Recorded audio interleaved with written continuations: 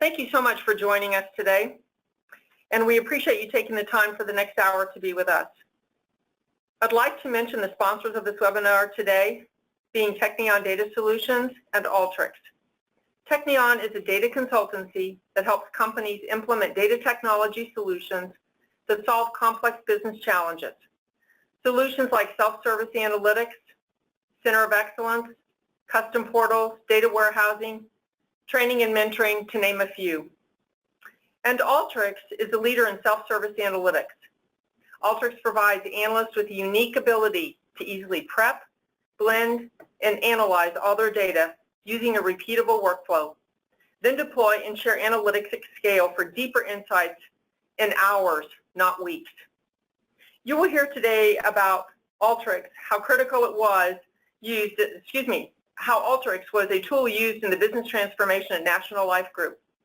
I'm PJ Hoke with Technion Data Solutions, and I will be introducing our speakers today.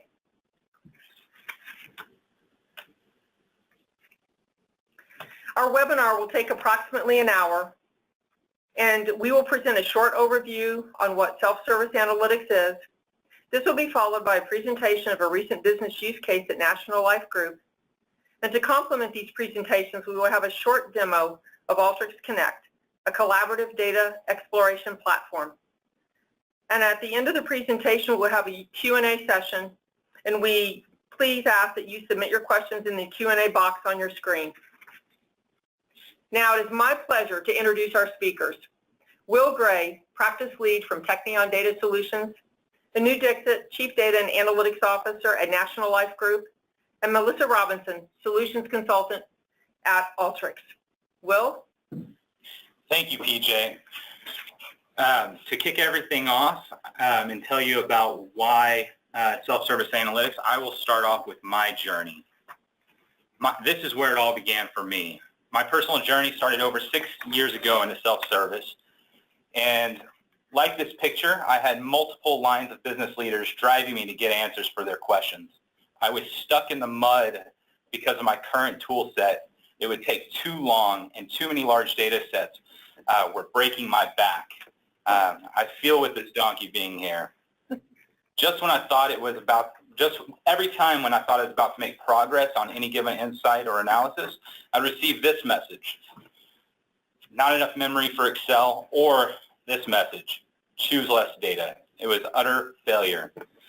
Being in consulting for a few years now, I realize that I'm not the only one.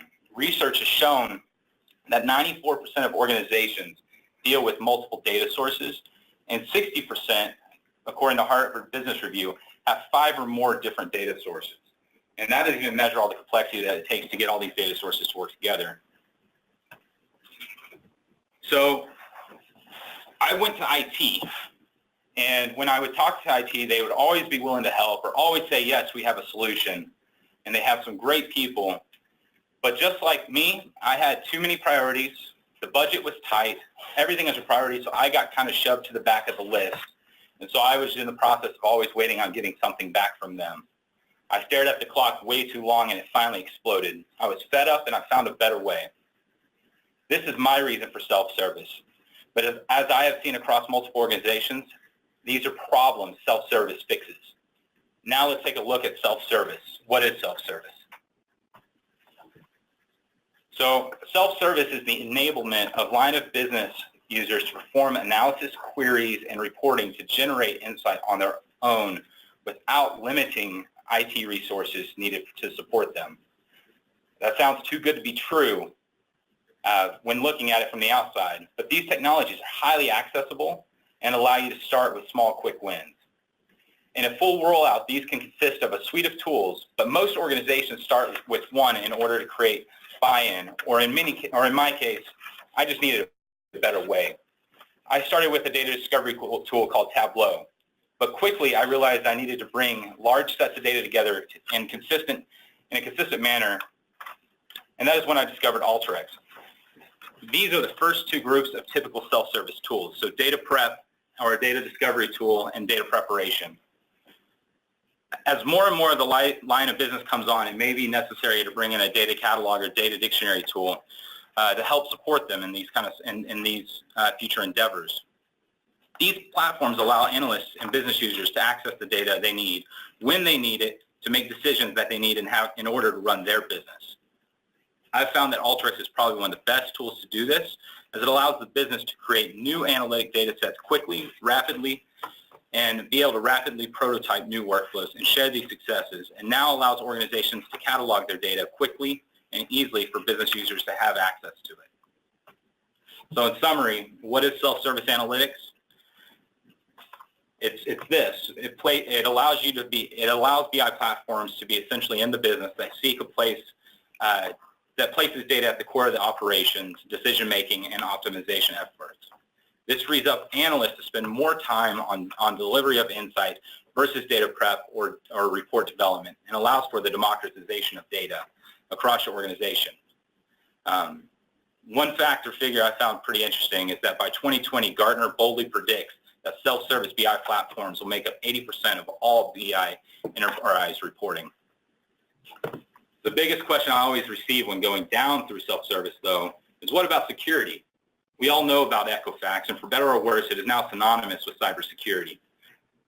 It's more and more important every day that we protect the data assets of our given organizations, and self-service often faces much resistance from IT, and rightfully so for this reason, because IT is giving up the keys to their kingdom.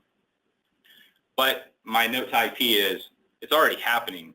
There are access databases on everybody's C drive. There's Excel files being emailed, and it's getting a little bit out of control.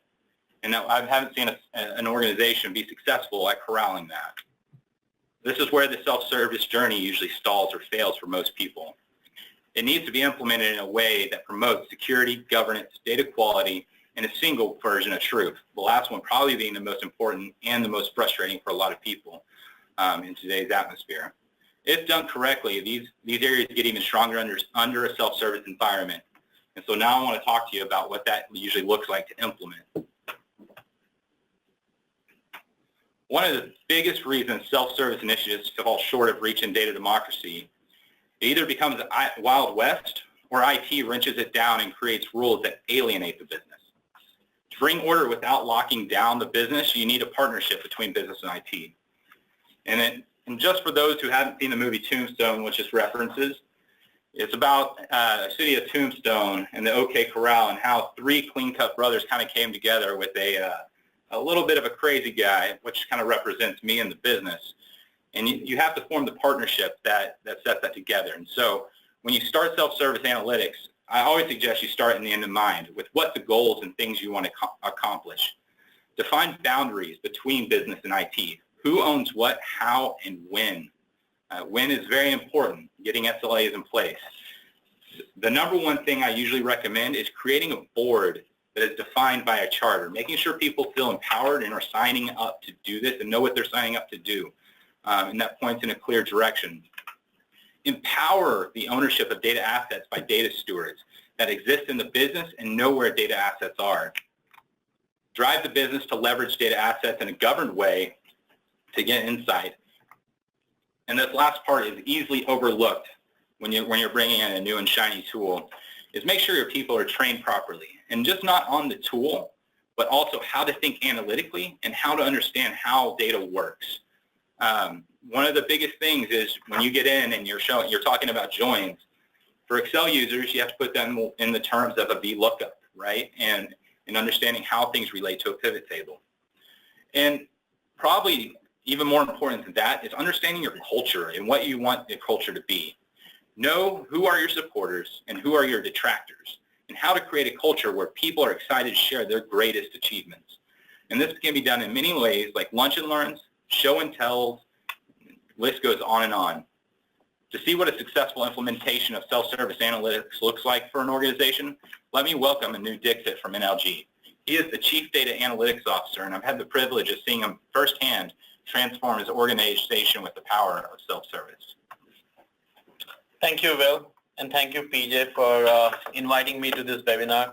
I'm actually pretty excited to talk about the journey which National Life Group has went through in the last 3-4 years. But before we get into the details as to how we got here and what got us here, Just a little bit of myself. I joined National Life Group 4 years ago, and when I was appointed as the Chief Data Analytics Officer, prior to that, my CEO asked me to figure out, okay, what we can do about this data. And I was this little strategy guy trying to put these slides and, getting the executive management on board.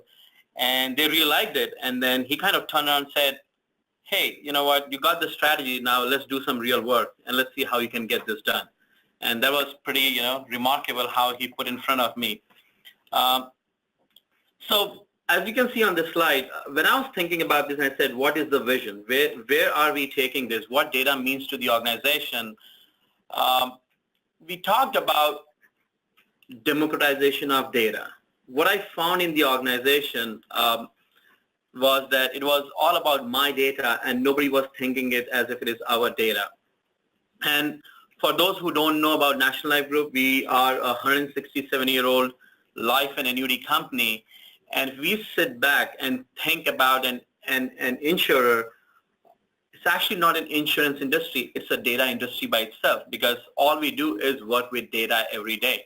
We predict, we try to pool the risk, we figure out, how we're going to protect and invest our cash all the time.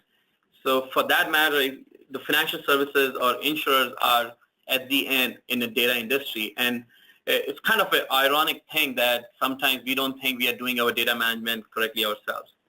So saying that, the one thing I just want to share with the readers is it's just not about the data, but so much to do with the culture.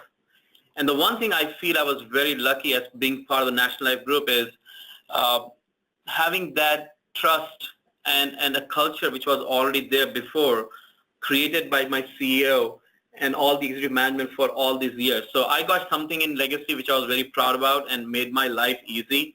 And as you can see, it's not that we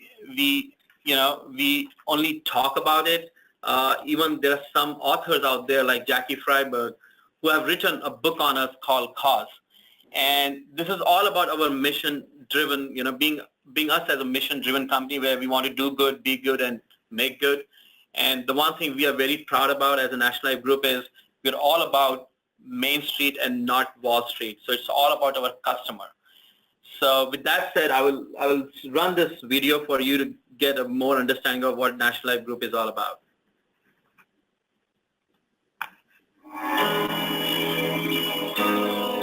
We've spent probably over 25 years in search of companies that we consider to be the best places where the best people can do their best work. And here's the caveat: to make the world better. Our new book is titled Cause, How One Company Rises Out of a Sea of Sameness.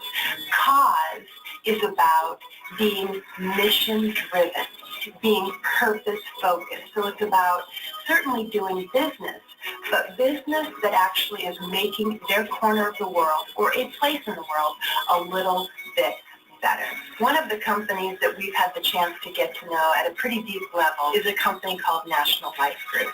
They're rising out of what we call a sea of sameness in the insurance space, because what they're doing is they're not only offering really great protection products, they're also enhancing their corner of the world. In this day and age, people want to be part of something that's relevant. It serves a purpose, and it is a higher calling.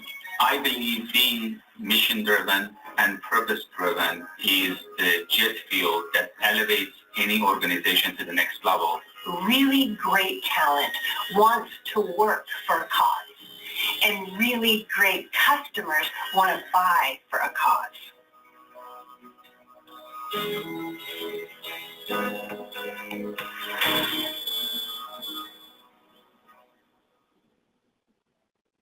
Thank you for listening to that. Not only, as you heard Mehran talk about mission-driven, I had this privilege of knowing Mehran very personally, and I can tell you this is how he feels.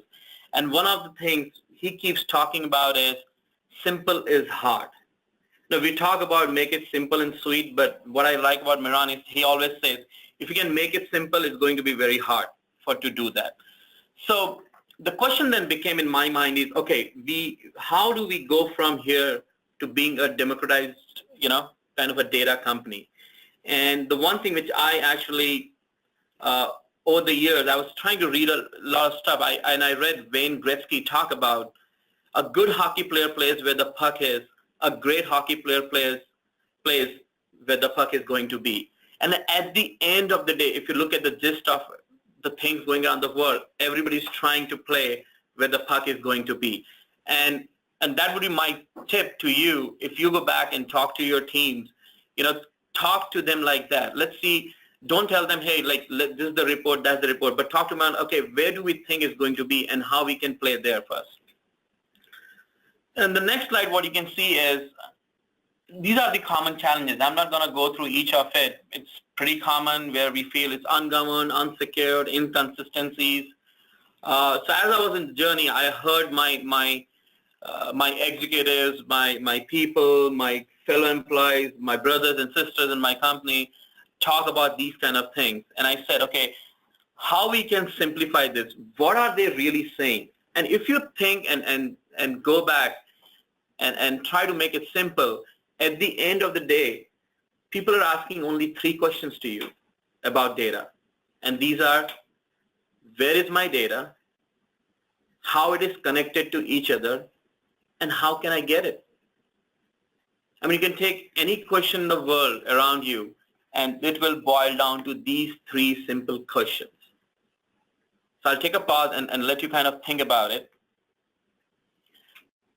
The second thing, which I think I was again lucky because of the executive management, support, is we talked about what does this means to us, and we said there are certain principles we need to put in place so that we can not only strategically work but actually able to move forward. So some of the things we did is the one rule which I'm very happy our CEO actually talked about to the executive management, in fact the entire company, is if 80% of data is right, it's good data, except if it's something to do with financial, compliance, or legal. So this was a principle which was put in place. So it really helped, because don't you think often it happens that you go with this 10,000 or 15,000 lines of data, and there might be 2 data which looks wrong and it gets rejected.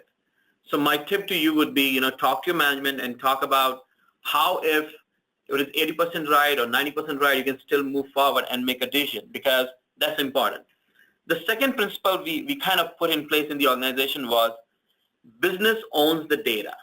It is not owned by the IT.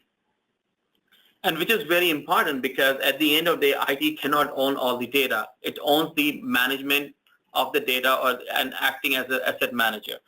And the last one is data is not for perfection, but it's for a conversation. So let's not move away if the data is not right and stop having that conversation. So the question becomes, where did we find the problem? So if you take a tip of it, if you take an iceberg, what you see in this picture is normally the business sitting is on the top of the iceberg at the tip and talking about all these geospatial visualization, analytics, intelligence. You got this data management and data sources at the bottom. What we found is most of the, challenges are with the data quality and data governance. And we said, okay, here are the data capabilities we need to develop in the organization, which is the enterprise data governance, enterprise business data quality management, data architecture, and analytics intelligence, of course, in relation to the people, process, and technology. So then our question becomes is, how we simplify this for the organization? And we said, let's talk about what is the journey of data. I mean, at the end of the day, what data should mean to the organization. So if you look at it, it's pretty simple. You get raw data, you clean, you calculate, you model, and you present, right? I mean, it's as simple as that. This is what is going on. However, due to how the business changes and how the acquisition mergers happen, this is how the data looks to you. And this is what we develop. And then we are trying to figure out how to clean, how to model, how to present. So what we said is, let's think about where technology can focus and where business can focus.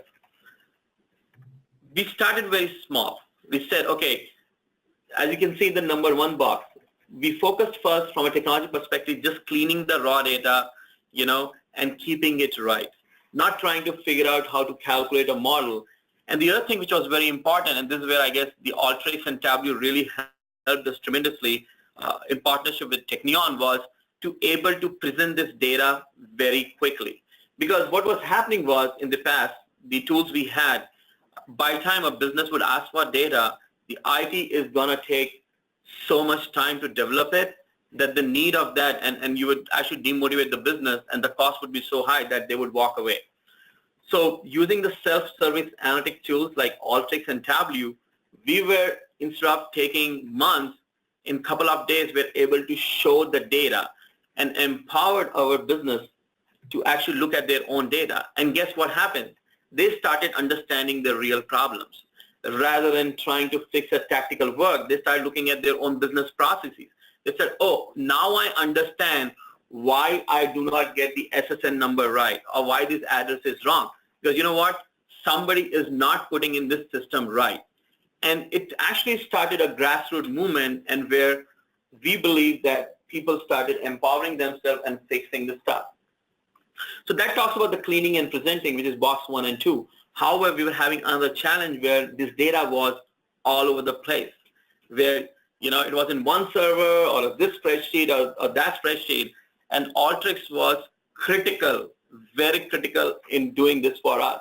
So all this disconnected data, we actually connected in a very simple way and able to produce using Tableau in front of a business user. So no longer there was this ETL process or an SSIS package which needs to be written for like 3 months before business can even see what was going on. That was too late. So this is where technology focused. As we kind of cleaned it and got it better, the conversation changed because the business was now empowered at their data, so they started questioning their calculations and models. So for the same value or calculation, finance will have a different model versus, let's say, the distribution, and they started talking. So this is what Tableau and Alteryx did for us, making that conversation happen. And without me even trying to push for anything, business themselves understood that they need to formalize their behavior around definition, production, and usage of data, also known as business data governance.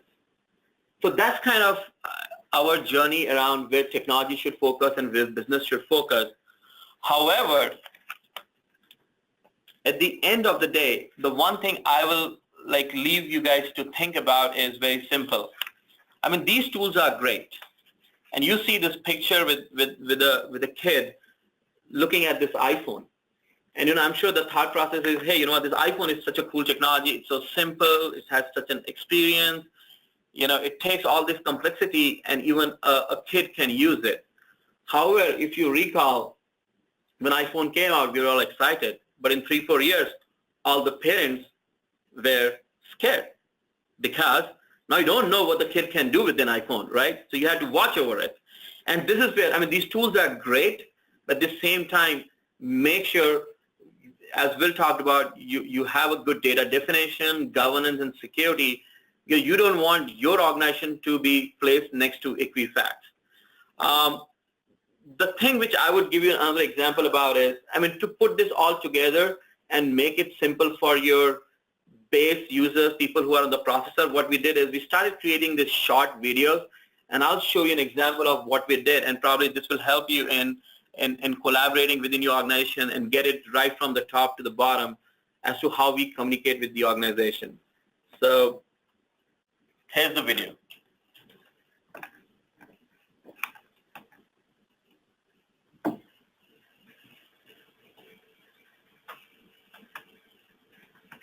This is Dewey. He works at National Life. Dewey deals with a lot of data every day in order to help agents and policyholders. But what happens when Dewey finds an issue with the client's data? To track it down, he has to use OnBase, Vantage, NBA, FAST, TRAD, and many other different systems. Let's just say it's not going so well for Dewey. He ends up dealing with IT, scheduling multiple meetings, trying to get an answer. And just when Dewey thinks he's got the right data, another source shows up, and the numbers don't match. Meanwhile, the client is still on hold. Dewey's dilemma is that he's overwhelmed by too much complex data. He wants access to insights so he can take action, not just chase data around. And this isn't just Dewey's issue. It's Julie's, too. It's also SIG, BIG, and DIGS. So in an environment this challenging, how can we possibly connect the dots? What if there was a single place where Dewey and the rest of us could get all of this information about where the data is, who owns it, and how to access it? Well, now there is. Welcome to National Life's Business Data Dictionary, part of the analytics program that will be launched at the end of 2016. The Business Data Dictionary is based on 3 foundational elements: Enterprise Business Data Governance, the Business Data Quality Program, and the Enterprise Data Dictionary. Now, Dewey simply logs in and searches for the data he wants. He knows what data steward to work with, along with the source of truth, and he can flag any issues via tickets. Dewey is more productive, more focused, and happier, just like the client, thanks to good data governance at National Life. So, how do we get from this to this? It starts with us. We're all data stewards. We own our customers, and we own their data too. It's not just IT's responsibility. As we move into the new world, data and analytics will keep us competitive. We'll turn these data points into insights, action, and predictions. So don't be the dot. Be the connector, just like Dewey. Well, I'll end up this saying to you all, data is just not about the tools, but it's about the culture. And as long as you can communicate and educate the organization and make everybody a data steward, I don't know how you cannot make it very successful. So thank you all. With that, I'll turn it over to Will to take us through the Alteryx demo. Thank you, Anu. So we have Melissa on the line to present Alteryx Connect. I'm excited about it because it's going to allow for you to use very much similar collaboration tools to what Anu has used at National Life, and it's going to help take Alteryx even further into the self-service platform that it already is.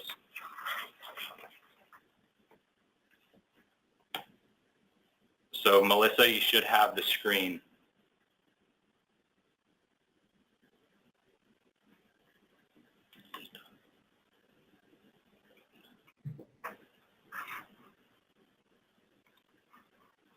There we go.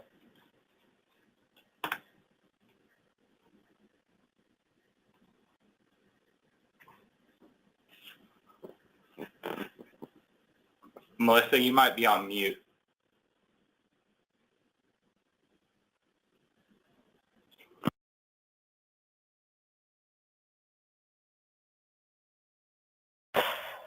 Am I still on mute?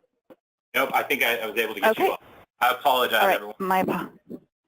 my apologies. Good morning, good afternoon, everyone. My name is Melissa Robinson, and I am a solutions consultant with Alteryx, and I'm here to show you an overview of Alteryx Connect. And it is a part of our data analytics platform, and it's really the starting point of the entire data analytics platform. It's one component of our platform, but it's a great way to get started with understanding what data assets exist today and how you can reuse those. And I just want to verify that you can screen. Just let me know if you can't. You can. Okay, thank you. All right, so for getting started with Alteryx Connect, it's all about knowledge transfer, knowledge sharing of data assets. So starting from the top here, if I'm logged in as a user, here I'm logged in as a persona, Annie the analyst, who is tasked with recreating a sales analytic process for her organization. So first, the main, Annie would first want to log into Connect to really understand what assets currently exist. So entering in my search criteria for that particular sales asset, here I can see what different types of data assets exist. Everything from Alteryx analytic workflows to business glossary of terms to data that's coming from different sources, including files and databases. So we have a quick reference to see the assets that exist. We could harness the value of pre-existing data. And at the bottom here in the home screen, we can see the different types of assets that we're harnessing from our enterprise. including data analytic workflows coming from Alteryx and Alteryx Analytic Apps, reports such as Tableau reports, data sources from traditional data sources to more modern data sources. So traditional data sources like we can connect to Oracle and SQL Server to understand what data tables exist today, as well as modern data platforms such as Redshift and Exasol. We can also connect to files or data in the cloud, so data coming from Salesforce. We have visibility to all of that, harnessing that data in Alteryx Connect to provide us with this catalog of these data assets. In addition, there's a business glossary of terms, so we can look at, for example, how we define a customer, how do we define the sales process, and we can add to those business glossary of terms and also see how those terms are connected to other assets within the enterprise. And the most important resource here is the people, so we can see who owns an asset, how the asset was used, if it was helpful to other people, and so forth. So with that, with the people, we can log in and we can see recent activity from our team members. We can see activity such as comments, so it's a common social type of platform where we can add comments, we can like certain assets, thereby seeing if an asset was helpful to other team members and so forth. Quick history of previously searched for data assets and the icon of the type of asset. So let's drill down to the details here. If we're looking for a sales process and Annie wants to recreate this sales process, so rather than reinvent the wheel, she wants to make use of the tribal knowledge that's currently in her organization and make sure that she's not reinventing the wheel here. We'll search for the sales asset where we can see, for example, we have the product sales workflow as well as a glossary term for our sales, net sales term there. So let's open up this resource here, which is an analytic workflow. And the analytic workflow asset now, with all assets, we're going to have a description, a full description of the asset, as well as details of where it's located. And this is really giving us the metadata. It's giving us that 10,000-foot view of this particular data asset in the center, my Acme workflow that contains my sales process analytics, where I can see the data that's flowing in and the data that's flowing out. And we could make use of that data and understand what other assets referring this particular data input customers. So we see that 10,000-foot view of the relationship map, and we can drill down into the details at any point. Drilling down into the details, or we can choose to comment on a certain asset, starting a flow of conversation around that. We can like the asset and thereby letting others on our team know that it is useful. Drilling down to the details here, if I drill down to one of the file inputs as an example, I can now see the XML. This is a file that asset is using, and then I can see the relationships also downstream to what other assets might be using that. So it's a great way to understand the visibility of the relationships of your data assets, looking at this data for a platform to share, promote, and discuss any of these assets. So I'll drill down to the consumption of the information. So if I want to understand what data sources exist, I have access to view, for example, those databases. Here I could drill down into the details at the table level. I can see the tables, but as well as drill down into the details of any of these tables to understand the columns.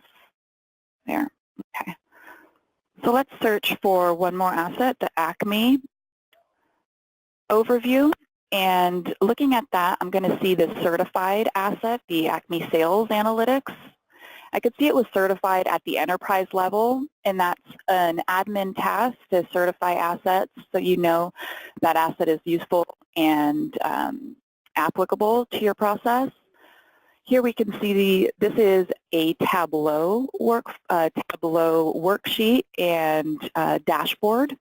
We can drill down into the details here, looking at the description as well as the relationship and terms. So here I'll open up the details,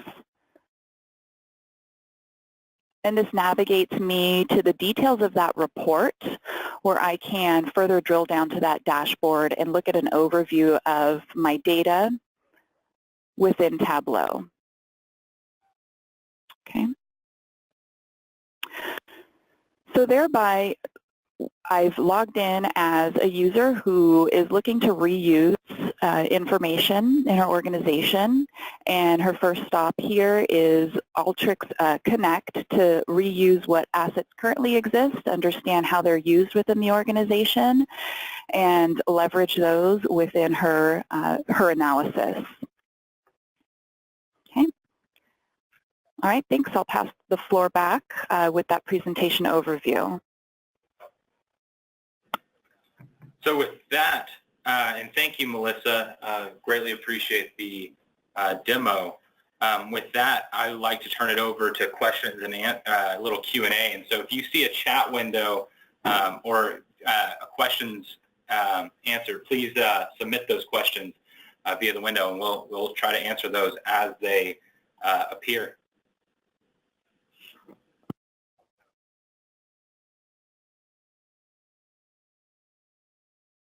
All right, it looks like we have a few questions coming in. So the first question that we have is from KG Lockett. Is the training available on the Alteryx site open to the public? That may be a question more from Melissa, but there is some training available on Alteryx.com under Learning that has videos on demand. In fact, that's how I learned how to use Alteryx all about 5 or 6 years ago. It was extremely helpful, and it was allowed us to be able to walk through problems very, very efficiently.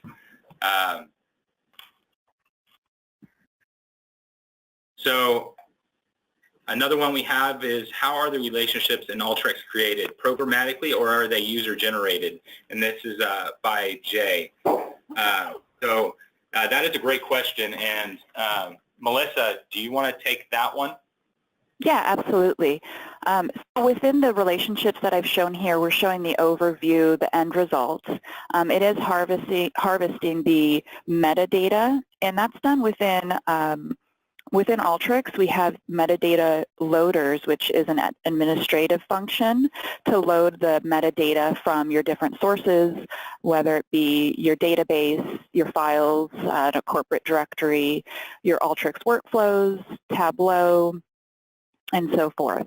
So it is based on a metadata loader that goes and scans the network for the appropriate data types that we're looking for, and it would house that information within Alteryx Connect, and the server would house the information on the metadata. Thank you, Melissa. And this is something we have actually used internally here at Technion, and the way it goes through and harvests the metadata is pretty amazing once you set up those Alteryx workflows, and how it loads it up and creates those relationships. It's extremely helpful and takes a lot of the time out of what it typically takes to build out a data dictionary or business glossary, and the further integration into tools like Tableau is pretty awesome. I have a question here from Brad. I already use Tableau, so how is Alteryx going to enhance the use of Tableau? And Anu, you may jump in on that of what you've seen on the business, but I can take a shot at it. So for me, the reason I loved using Alteryx with Tableau is the fact that I can do a lot of the data preparation, advanced calculations, and leverage geospatial analytics that comes with Alteryx to really take Tableau to the next level and prevent me from having to write some very difficult level of detail calculations or some of the more advanced things that tend to make Tableau visualize slowly, and the ability to output into Tableau server directly and have that work as part of my overall process is pretty significant. And the Tableau integration further in Tableau Connect is pretty cool. Anu, do you have anything? Yeah, so Tableau to me is more of a visualization tool. I mean, it's pretty good at showing you, the slices, dices of data. However, the challenge, at least, being a 167-year-old company where you have so many legacy systems, the data is in all types of format and all over the place.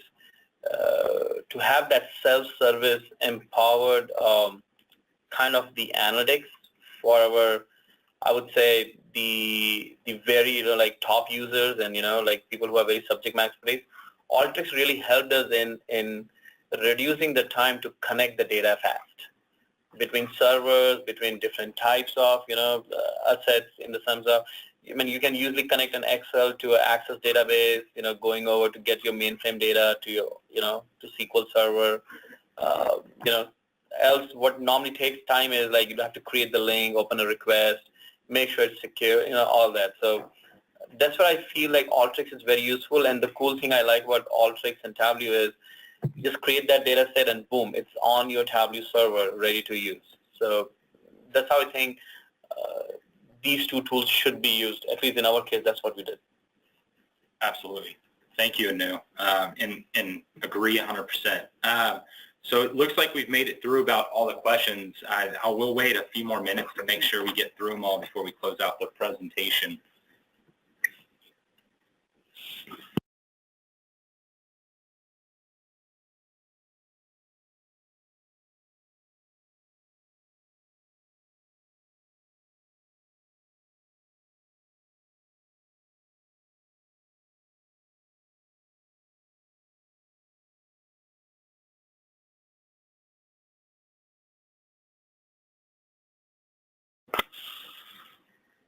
Well, I think that concludes our webinar today. I want to thank Will, Anu, and Melissa for their insights and expertise. And we also want to thank Technion Data Solutions and Alteryx for hosting our webinar today. And finally, we'd like to thank all of the webinar attendees for taking time to visit with us during this time. And for future reference or sharing, this webinar will be posted to Technion's YouTube channel later today. And for anyone interested in more information or having additional questions, please feel free to reach out to your appropriate contact, either Technion or Alteryx, or you can also visit technionusa.com in our product section, or visit with Alteryx.com. And just as a reminder, Technion hosts webinars every month covering topics on BI, analytics, data visualization, Tableau, Alteryx, and much more. Would love to have you join us. Thank you again for your time, and until next time, be empowered on your self-service analytics journey. Thank you.